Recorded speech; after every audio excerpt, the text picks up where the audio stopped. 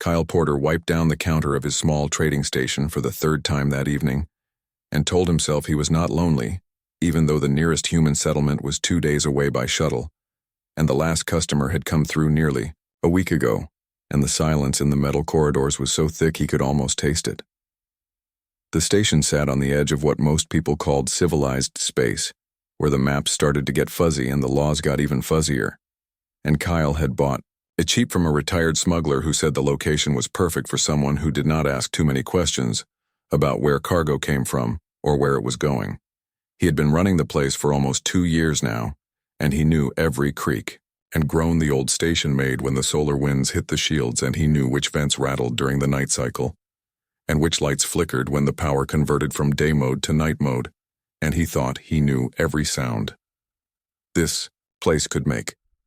That was why the scratching noise from the main corridor made him freeze with the cleaning rag still in his hand, because it was not a sound he recognized, and in a place like this, unknown sounds usually meant problems of the expensive or dangerous variety. Kyle set down the rag and picked up the plasma cutter he kept under the counter for emergencies, and moved quietly toward the door that separated his living quarters from the public areas of the station. And the scratching came, again followed by a soft thump like something small had bumped into the wall. He opened the door slowly and peered into the dim corridor where the night cycle lights cast everything in shades of blue and gray. And at first he saw nothing except shadows and the usual clutter of cargo containers and maintenance equipment. Then one of the shadows moved, and Kyle realized it was not a shadow at all, but a child pressed against the wall about 20 feet away and trying very hard to be invisible, and failing because her silver hair caught the light like moonshine even in the darkness. She could not have been more than 7 or 8 years old, and she was so thin that Kyle could see the bones in her arms and shoulders even from that distance, and her clothes were torn and stained with things he did not want to identify. And when she saw him looking at her, she went completely still, like a small animal, hoping the predator would not notice. Kyle had seen enough frightened people in his life to recognize true terror when he saw it, and this child was terrified, and he lowered the plasma cutter and set it on the floor and held up his empty hands to show he was not a threat. The girl did not move, and Kyle noticed her ears then, because they were pointed and delicate and marked her as one of the elven people from the forest worlds beyond the frontier. And he had heard stories about the elves, but never met one in person, because they usually kept to their own territories and avoided human space behind the girl. Something else moved in the shadows, and Kyle felt his heart jump because there were 2 more shapes back there, and they were bigger than the child, and they had eyes that reflected the corridor lights in gold and green dragons. He thought and tried to remember everything he had heard about elven dragons, which was not much except that they bonded with elven children and were supposed to be intelligent and dangerous, and very protective of their bonded partners. Kyle stayed very still and spoke softly in basic standard, which was the trade language most species understood, and he said that he was not going to hurt anyone, and that if they were hungry he had food, and if they needed a place to rest, they could use his spare room. The girl stared at him for a long moment, and he could see her weighing his words against whatever horrible experiences had taught her not to trust strangers, and then her stomach made a sound like grinding metal, and the decision seemed to make itself. She stepped forward into the light, and Kyle could see just how bad things were because her face was hollowed out by hunger, and there were bruises on her arms that looked like finger marks, and her feet were bare and bleeding from walking on the metal decking. The dragons followed her, and Kyle got his first clear look at them and realized they were not much bigger than large dogs, though their bodies were longer and more serpentine, and their scales shimmered with colors that seemed to shift between gray and silver and pale blue. One dragon limped on its front left leg, and the other had a torn wing membrane that looked recent and painful, and Kyle understood that whatever had happened to the girl had happened to them, too, and that all 3 had been through something terrible together. He stepped back into his living quarters and held the door open and gestured for them to come inside, and after another moment of hesitation, the girl walked through the doorway, with her dragons pressed close against her sides like furry bodyguards.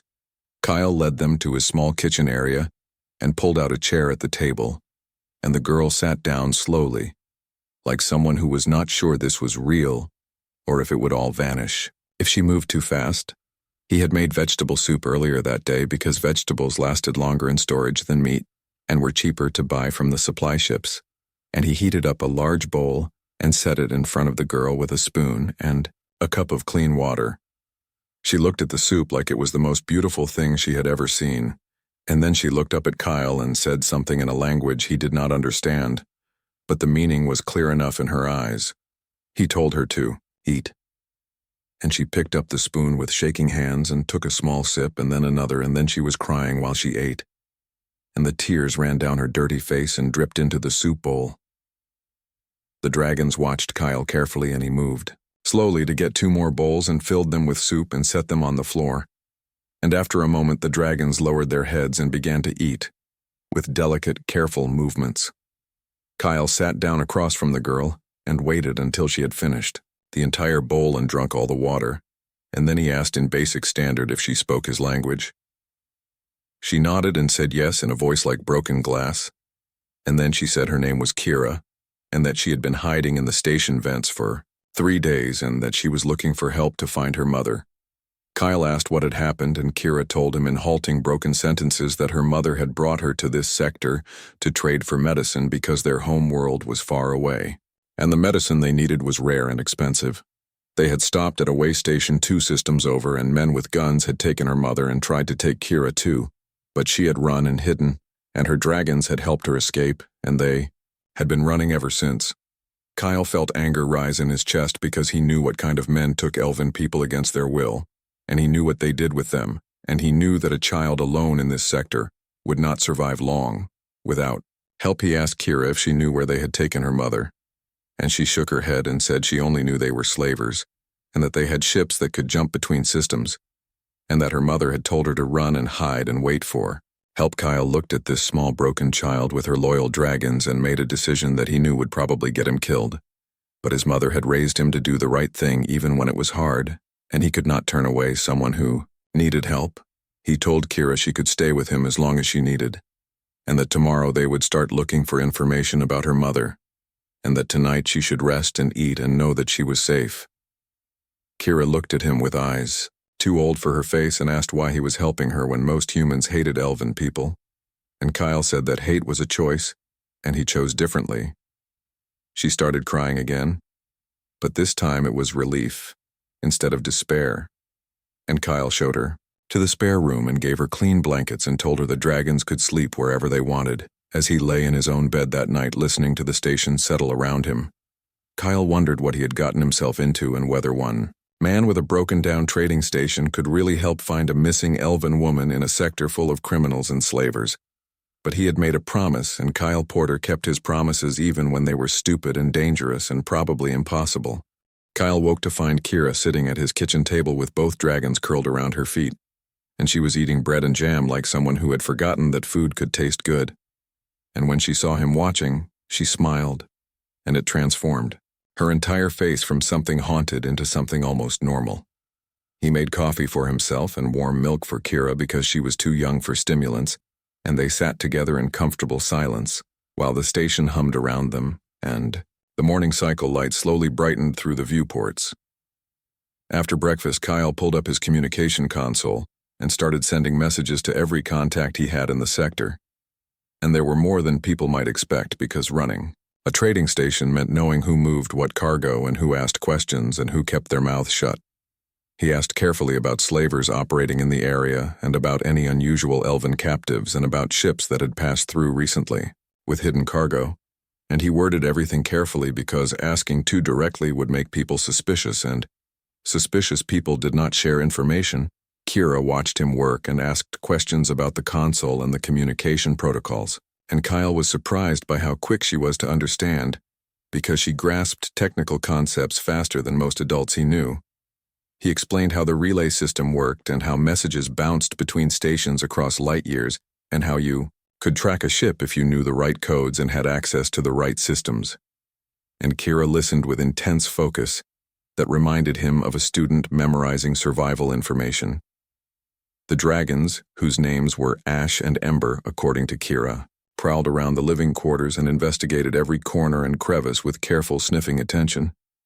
And Kyle noticed they never let Kira out of their sight for more than a few seconds. Around midday, a response came through from a trader named Chen who worked 3 systems over and who owed Kyle a favor from a deal gone wrong 2 years ago. And Chen said he had heard rumors about a group of slavers using an old mining station as a temporary holding facility. The station was abandoned, officially, but Chen said his sources reported unusual traffic in the area and ships coming and going at odd hours, and the kind of security that suggested someone had something valuable to protect. Kyle pulled up the coordinates and felt his stomach sink because the mining station was 4 days away by shuttle, and he did not have a shuttle anymore because he had sold it 6 months ago to pay for station repairs, and buying a new shuttle would cost more money than he had saved. Kira saw his expression and asked what was wrong, and Kyle explained about the distance and the lack of transport and how they would need to find another way to get there. She looked at her dragons and then back at Kyle, and said in a quiet voice that Ash and Ember could fly in space for short distances if they had pressure suits, and that dragons were faster than most people thought. Kyle stared at her and asked how fast, and Kira said that dragons could jump between nearby systems if they had a bonded partner to guide them, and that it was dangerous but possible, and that her people had been doing it for thousands of years before they learned to build ships. He asked if she was suggesting they ride the dragons through space to the mining station, and Kira nodded seriously and said it was the only way, unless Kyle had a better idea. Kyle did not have a better idea, and he was starting to realize that elven people and their dragons operated by rules that were very different from human technology, and that sometimes the old ways were more effective than the new ones. He spent the rest of the day fabricating pressure suits for the dragons using spare environmental gear and hull patching material, and Kira helped by holding tools and passing components and explaining how dragon anatomy worked differently from human anatomy. Apparently, dragons could hold their breath for nearly an hour, and their scales provided natural protection against radiation and temperature extremes, and they could navigate by sensing gravity wells and magnetic fields in ways that human instruments could not match. By evening, they had 2 functional pressure suits that would protect the dragons from the worst of hard vacuum, and Kyle had modified a cargo harness to carry himself and Kira securely. He also packed supplies including food and water and medical gear, and a compact plasma rifle, because he had no illusions about what they would face when they found the slavers, and he wanted to be prepared. That night, Kira told him more about her mother, whose name was Lyra, and who was a skilled healer and trader, and who had been saving for years to buy the medicine their village needed, because a plague had swept through their world and killed many people. She said her mother was strong and smart and brave, and that she would not give up even if the slavers hurt her, and that Kira believed with absolute certainty that her mother was still alive and waiting for rescue. Kyle asked what would happen to the dragons if something happened to Kira, and she said quietly that they would die because the bond between dragon and elf was not just emotional, but physical and spiritual, and when one died, the other followed within days. That knowledge made Kyle even more determined to keep Kira safe because he could not bear the thought of these loyal creatures dying, because he had failed to protect their bonded partner. On the 3rd morning they prepared to leave, and Kyle sealed his station and set the automated systems to handle any customers who might arrive while he was gone, and he left messages for his regular contacts, saying he would be unavailable for a week. Kira helped Ash and Ember into their pressure suits and checked every seal twice, and spoke to them in the elven language with a voice full of confidence and love, and the dragons rumbled back in sounds that seemed to carry meaning, even though Kyle could not understand the words. They went to the main airlock, and Kyle secured himself and Kira in the cargo harness that was attached to Ash while Ember flew alongside as backup and guard, and Kyle tried not to think about all the ways this could go wrong. The airlock cycled open and Ash launched into the black with Ember right behind, and Kyle felt his stomach drop as the station fell away, and they accelerated into open space with nothing between them and the universe except some hastily assembled pressure suits and a prayer. But the dragons flew true and strong, and Kira guided them with subtle shifts of her weight and quiet words, and they covered in hours. What would have taken a shuttle days to travel, Kyle watched the stars stream past and felt a sense of wonder he had not experienced since he was a child, and he understood why the elven people loved their dragons and trusted them with their lives. They stopped twice to rest and let the dragons recover, and Kyle shared food with Kira while they floated in space tethered to Ash and talked about what they would do when they reached the mining station. Kira said her mother would be in a holding cell somewhere in the lower levels because that was where slavers usually kept their captives, and that they would need to move fast before anyone raised the alarm. Kyle agreed, and said he would handle any guards they encountered, and that Kira should stay behind him and let Ash and Ember protect her if things went bad. She looked at him with those two old eyes, and said that he was a good human, and that her people would remember what he did for them. And Kyle said he was just doing what anyone decent would do, but they both knew that was not true, because most people would not risk their lives for a strange child and her dragons, and that made Kyle either very brave or very stupid, and possibly both on the fourth day. They saw the mining station ahead like a dark tumor against the stars, and Kyle felt his heart rate increase because this was it, and there was no turning back now. They approached slowly and carefully, and Ash and Ember used chunks of debris as cover while they moved closer, and Kyle scanned the station with his handheld sensor and saw at least 6 life signs scattered through the structure. He also saw power signatures that suggested weapons and security systems and communication arrays, and he knew they would need to move fast and quiet if they wanted to get in and out without triggering a full alert. Kira pointed to a maintenance hatch on the lower level and said that was probably their best entry point because it would be less guarded than the main docks, and Kyle agreed and signaled Ash to take them down. They landed on the hull next to the hatch, and Kyle used his plasma cutter to slice through. The lock in the hatch opened with a hiss of escaping air, and they pulled themselves inside into darkness and the smell of rust and old fear. Kyle activated his helmet light and saw a narrow corridor stretching ahead into shadow, and he drew his plasma rifle and moved forward with Kira and the dragons right behind him. The hunt for Lyra had begun, and Kyle prayed they would find her alive and that they would all survive what came next. The inside of the mining station smelled like old metal,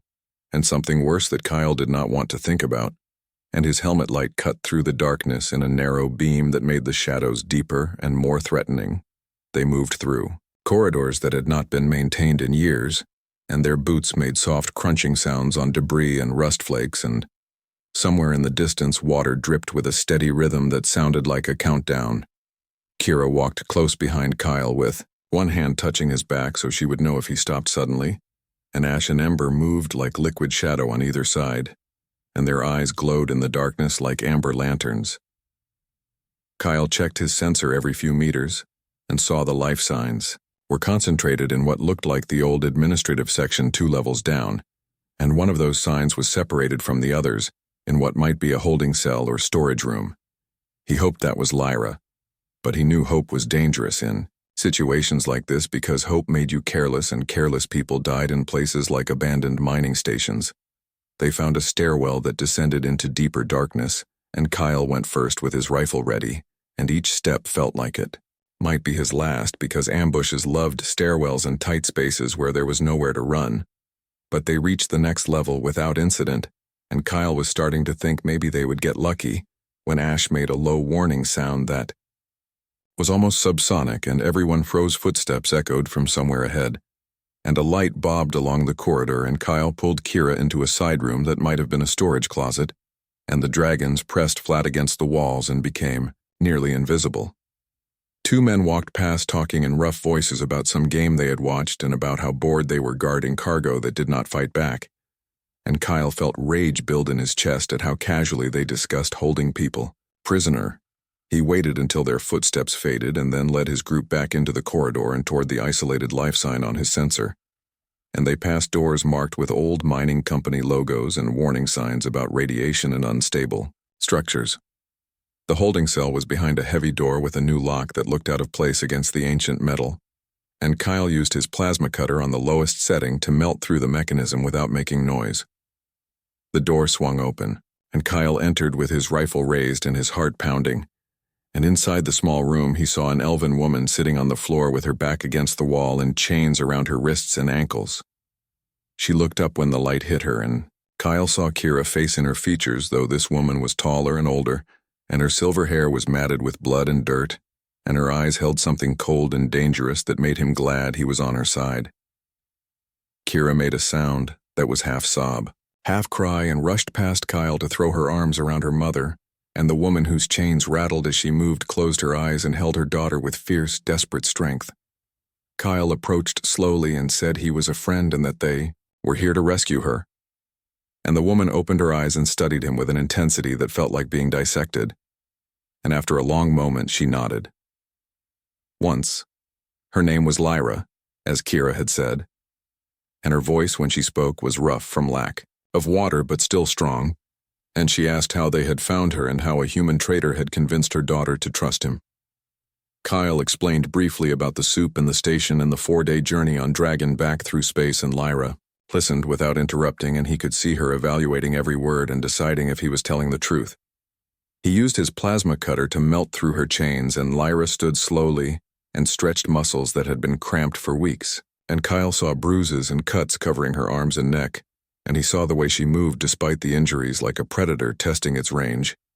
Kira offered her mother water from Kyle's canteen, and Lyra drank deeply and then asked how many guards were between them and freedom, and Kyle said his sensor showed 5 life signs, not counting themselves. Lyra smiled, and it was not a pleasant smile, and she said that 5 was manageable, and asked if Kyle had a weapon she could use, and he handed her his backup plasma pistol without hesitation. She checked the charge and the safety with practiced ease, and Kyle realized this woman knew violence the way other people knew music or art, and he was very glad she was on their side. They moved back into the corridor, and Lyra took point despite Kyle's protests because she said she knew how slavers operated, and she knew their weaknesses, and she had been planning her escape for 2 weeks. The first guard they encountered was alone in a room full of monitoring equipment, and Lyra went through the door like smoke, and the man never had time to shout before she had rendered him unconscious with a precise strike to the temple. Kyle stared at the efficiency of it, and Lyra looked back at him and said quietly that she had been a soldier before she became a healer, and that some skills never faded no matter how much you wanted them to. They bound the unconscious guard and moved on, and found 2 more guards playing cards in what had been a break room. And this time Kyle went in first with his rifle because he did not want Lyra to do all the fighting when she was already injured. He announced their presence and told the guards to surrender, and one of them laughed and reached for his weapon, and Kyle shot him in the shoulder with a stun setting. And the other guard saw Lyra behind Kyle and suddenly decided surrendering was a good idea. They secured both guards and disabled the communication equipment, and Kyle was starting to think they might actually succeed when alarms started blaring through the station and red lights flashed in every corridor. Someone had found one of the unconscious guards or noticed the security feeds were dead, and now the entire station was on alert, and Kyle heard shouting and running footsteps from multiple directions. Lyra cursed in the Elven language and grabbed Kira's hand and told everyone to run, and they ran through the corridors with alarms screaming around them and lights strobing. Like a nightmare, Disco Ash and Ember led the way because they could smell the route back to the maintenance hatch, and they moved faster than humans could follow. But Kyle and Lyra kept up somehow, and Kira ran between them without slowing down. They reached the stairwell and took the steps 3 at a time, and behind them Kyle heard weapons fire and someone shouting orders, and he knew they had maybe seconds before the slavers caught up. The maintenance hatch was ahead, and Ash hit it first and shouldered it open, and the void of space beckoned beyond, and Kyle felt relief wash through him because they were almost free. But then 3 guards rounded the corner ahead and blocked their path, and these men had heavy weapons and body armor and looked like they knew how to use both. Kyle raised his rifle but knew he was outgunned, and Lyra moved to shield Kira. And the guards laughed and said something crude about elven women, and Kyle felt anger replace fear. Then Ash roared, and it was not a sound Kyle had heard before, and it was not a sound he wanted to hear again because it was full of rage and ancient power, and the dragon launched itself at the guards like a silver missile. Ember followed, and the 2 dragons moved with perfect coordination, and suddenly the guards were not laughing anymore. They were screaming and falling and trying to protect themselves from claws and teeth and fire, because the dragons breathed fire, and Kyle had not known that was possible, and the flames were white-hot and turned the corridor into an inferno, and the guards dropped their weapons and ran or fell depending on how fast they moved. Lyra grabbed Kyle's arm and pulled him toward the hatch, and they went through into vacuum, and Kyle sealed his helmet and helped Lyra and Kira into the emergency pressure suits he had brought. Ash and Ember came through last, with smoke still trailing from their jaws, and Kyle grabbed onto the cargo harness, and Lyra held Kira, and they launched into space. Just as more guards reached the hatch, weapons fire followed them. But the dragons were already accelerating, and the shots went wide, and then they were out of range and heading back toward Kyle's station. Kyle looked at Lyra and saw her staring back at him with those ice-cold eyes, and he wondered if he had just rescued a woman who was far more dangerous than the slavers who had captured her. But Kira was safe and smiling, and the dragons were humming their happy sound, and Kyle decided that some questions were better left unasked because the answer might be terrifying. They flew through space in silence, and Kyle thought about the fact that his quiet life as a trading station operator had just become very complicated and possibly very short. But he had done the right thing, and his mother would have been proud, and sometimes that was enough. Even when the universe was scary and violent and full of people who broke necks silently in the dark. They reached Kyle's station 3 days later, and everyone was exhausted and hungry. And Lyra had said maybe 10 words the entire journey, and spent most of the time watching Kyle with an expression he could not read. The dragons landed in the main docking bay with more grace than Kyle thought possible, given how tired they must be, and Kira immediately started checking them for injuries, while Kyle helped Lyra out of her pressure suit. Once inside with the airlock sealed and fresh air in their lungs, Kyle offered Lyra the same thing he had offered her daughter, which was soup and water and a place to rest. And Lyra accepted with a small nod that might have been gratitude or might have been simple acknowledgement. She ate slowly and carefully, like someone whose stomach had forgotten how to handle real food, and Kyle noticed she kept herself between the door and Kira at all times, and her eyes tracked every movement he made. After the meal, Lyra asked to use his medical supplies, and Kyle showed her to the small medbay he kept for emergencies, and she cleaned her wounds with steady hands and applied bandages, and never made a sound even when the antiseptic must have burned like fire. Kira helped her mother and talked constantly about everything that had happened and about Kyle, and how he had helped without asking for payment, and how the dragons liked him, because he had given them soup. Lyra listened and said nothing, and when the bandaging was done, she stood and walked to where Kyle was checking his communication console, and she looked at him for a long moment before speaking. She said that among her people there was something called a life debt, and that when someone saved your life or your child life, you owed them a debt that could only be repaid through service or protection or sacrifice. Kyle started to say that no debt was needed, and that he had just done what any decent person would do. But Lyra held up her hand and said that human customs were different from elven customs, and that he needed to understand what she was offering. She said that she would stay with him and guard him and serve him until the debt was paid, and that this was not optional or negotiable because her honor and her people honor demanded it. Kyle asked what would happen if he refused, and Lyra said quietly that she would follow him anyway until he accepted, or until she died trying to repay the debt. He looked at Kira, who was nodding seriously, and at the dragons who were watching him with their golden eyes, and he realized that arguing would be pointless because elven stubbornness was apparently even stronger than human stubbornness. So he said that if she insisted on staying, she would need to earn her keep by helping run the station, and Lyra smiled for the first time and said that would be acceptable. That night Kyle lay in his bed and listened to the unfamiliar sounds of other people living in his space, and tried to figure out how his simple, quiet life had turned into something so complicated. The next morning, Lyra was already awake and had cleaned the entire kitchen and organized his supply inventory, and was brewing some kind of tea that smelled like flowers and midnight. She offered him a cup, and Kyle accepted, and found that it tasted better than anything he had ever drunk. And when he said so, Lyra explained that elven people had been perfecting tea cultivation for thousands of years. Over the next few days, they fell into a routine where Lyra helped with station maintenance and inventory management and customer relations, and Kyle discovered she was frighteningly competent at everything she attempted. She fixed a power converter he had been meaning to repair for months, and she negotiated a better price on fuel delivery from a supplier who had been overcharging Kyle for years, and she did it all with calm efficiency. But Kyle also noticed other things, like the way Lyra never fully relaxed and how she always knew where the exits were and how She moved through rooms like she was mapping tactical positions, and there were the nightmares that woke her in the middle of the night cycle when she would sit in the dark and stare at nothing and refuse to talk about what she had seen. Kira told Kyle one day that her mother had been a soldier in the forest wars before Kira was born, and that she had seen terrible things and done terrible things,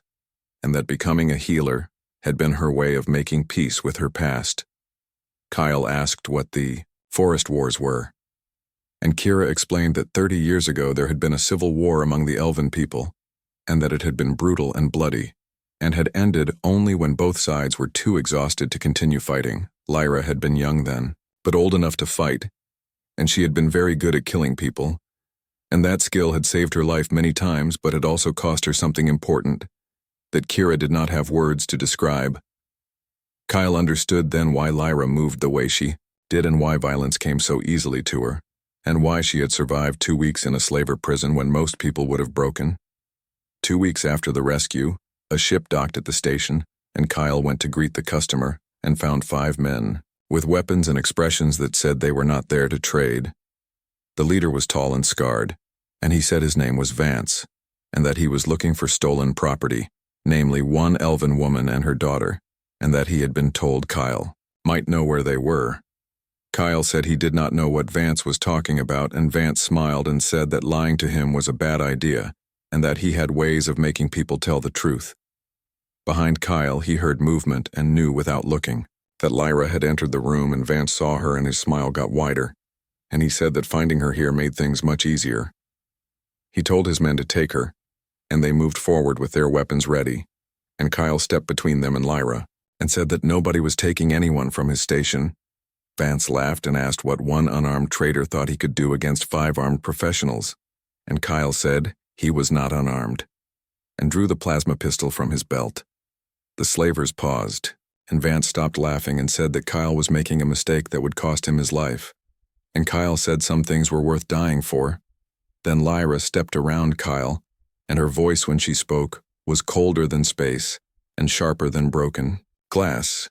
and she said that Vance should leave now while he still could. Vance looked at her, and something in her eyes made him hesitate because predators recognize other predators, and he was starting to realize that the elven woman in front of him was far more dangerous than he had assumed. He asked his men what they were waiting for, and 2 of them moved forward and Lyra moved faster. And what happened next took maybe 3 seconds but felt like watching death choreograph a dance. The first man went down with a broken arm before he knew she had touched him, and the second managed to raise his weapon before Lyra was behind him and did something to his neck that made him collapse like a puppet with cut strings. The other 3 raised their weapons, but Lyra was already moving and she did not run toward them. She flowed like water around their aim points, and her hands found throats and pressure points and joints. Vance tried to shoot her, but Kyle shot Vance first in the shoulder, and the slaver dropped his weapon and fell to his knees and looked up at Lyra with fear replacing arrogance. She stood over him and asked in that cold voice if he understood what would happen if he ever came back or sent others to come back, and Vance nodded frantically and said he understood. Lyra told him to take his men and go and never return,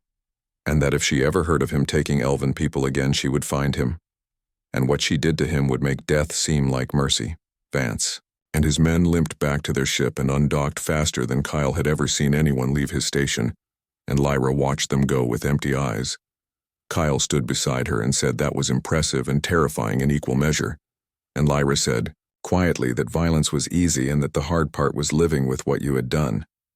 She turned to look at him and asked why he had stepped between her and the slavers when he knew they would kill him, and Kyle said because that was what friends did for each other. Lyra studied his face for a long moment, and then she did something unexpected, which was smile.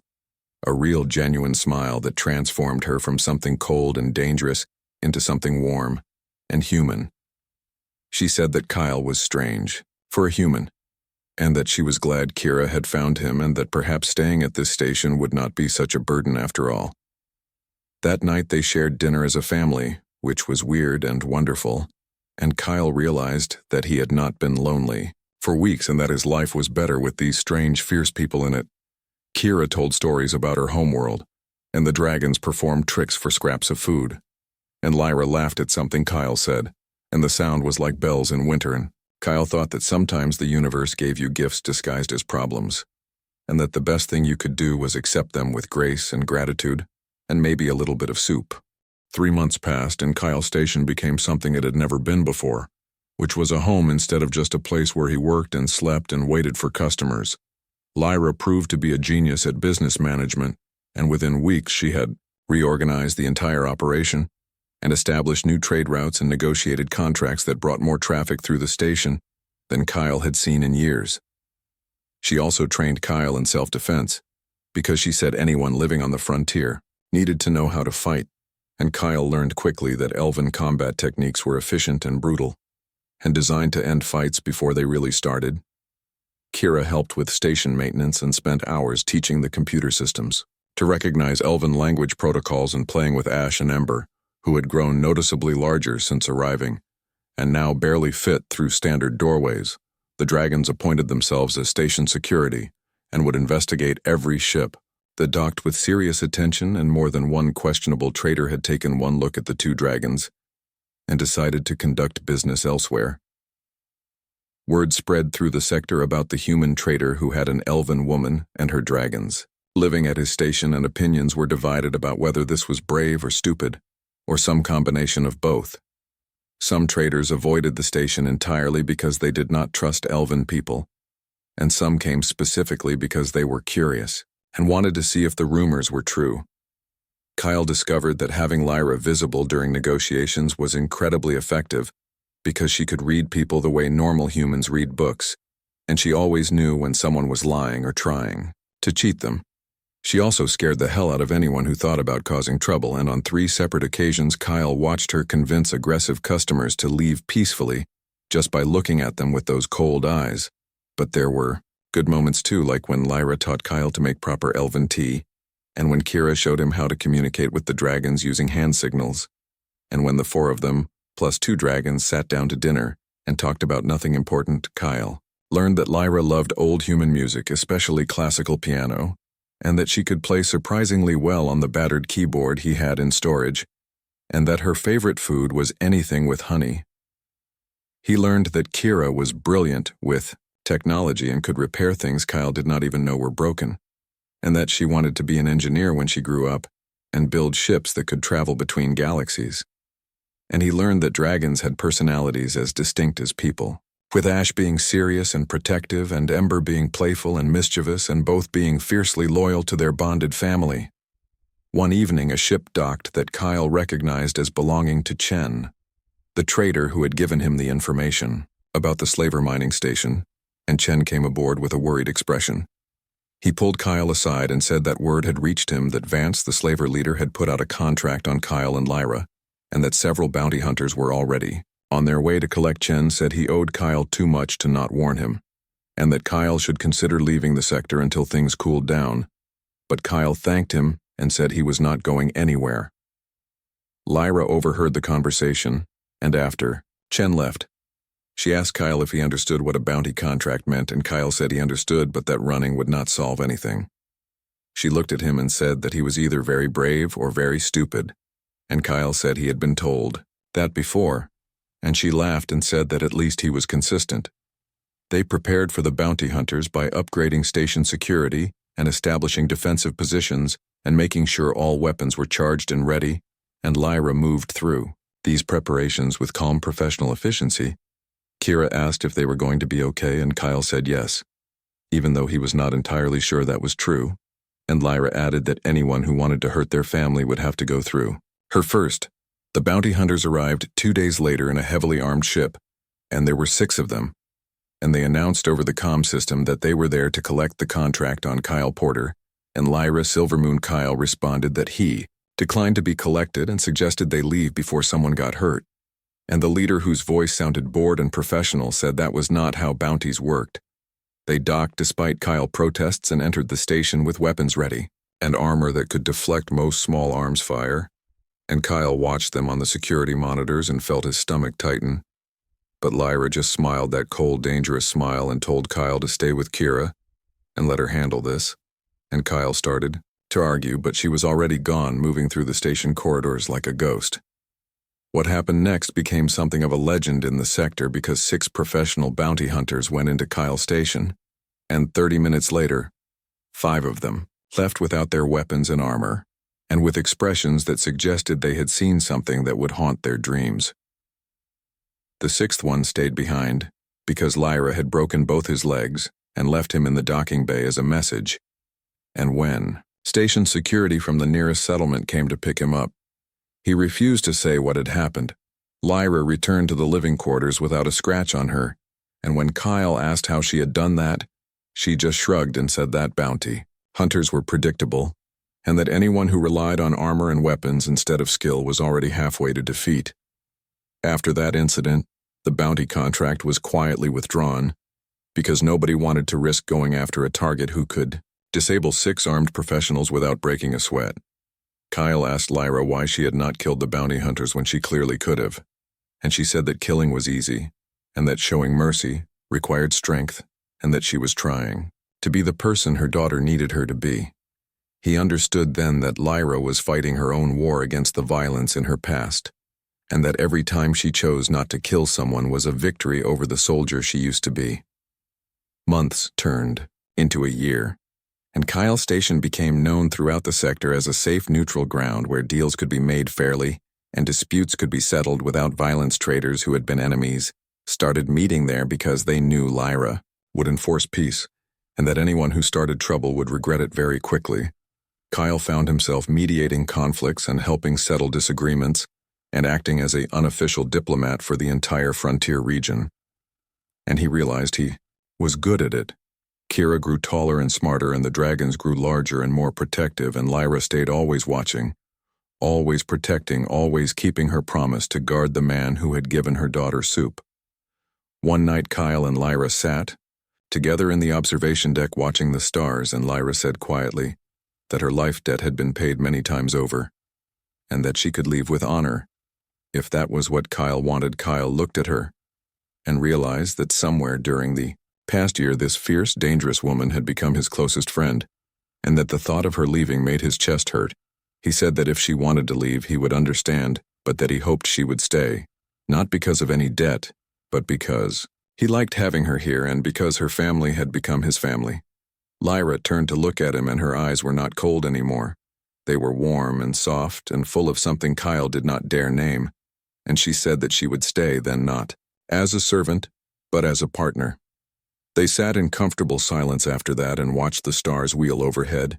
and Kyle thought about how strange life was, and how one simple act of kindness could change everything, because he had given soup to a starving girl and she had brought back her mother, who broke necks silently in the dark, and somehow that had turned into friendship and family, and something that felt like home. In the living quarters, Kira slept peacefully with ash and ember curled around her, and in the observation deck, 2 people who had been strangers sat together and watched the universe spin, and Kyle Porter, former lonely trader, now unofficial diplomat and father figure to an elven child and partner to a warrior healer, smiled and thought that his mother would have been proud of the life he had built, because at the end of the day it did not matter if someone had pointed ears or breathed fire or had killed people in wars long forgotten. What mattered was that you chose kindness when you could, and that you protected the people you loved, and that you made soup for those who were hungry. Everything else was just details, and Kyle had learned that the details were less important than the choice to be decent, in a universe that often was not. The station hummed around them, and the stars shone cold and bright, and somewhere in the galaxy, slavers learned to avoid the sector where an elven woman guarded her family with silent, deadly efficiency. And in a small trading station on the edge of civilized space, 4 people and 2 dragons built something rare and precious, which was a home where everyone belonged, and where soup was always ready for those who needed it.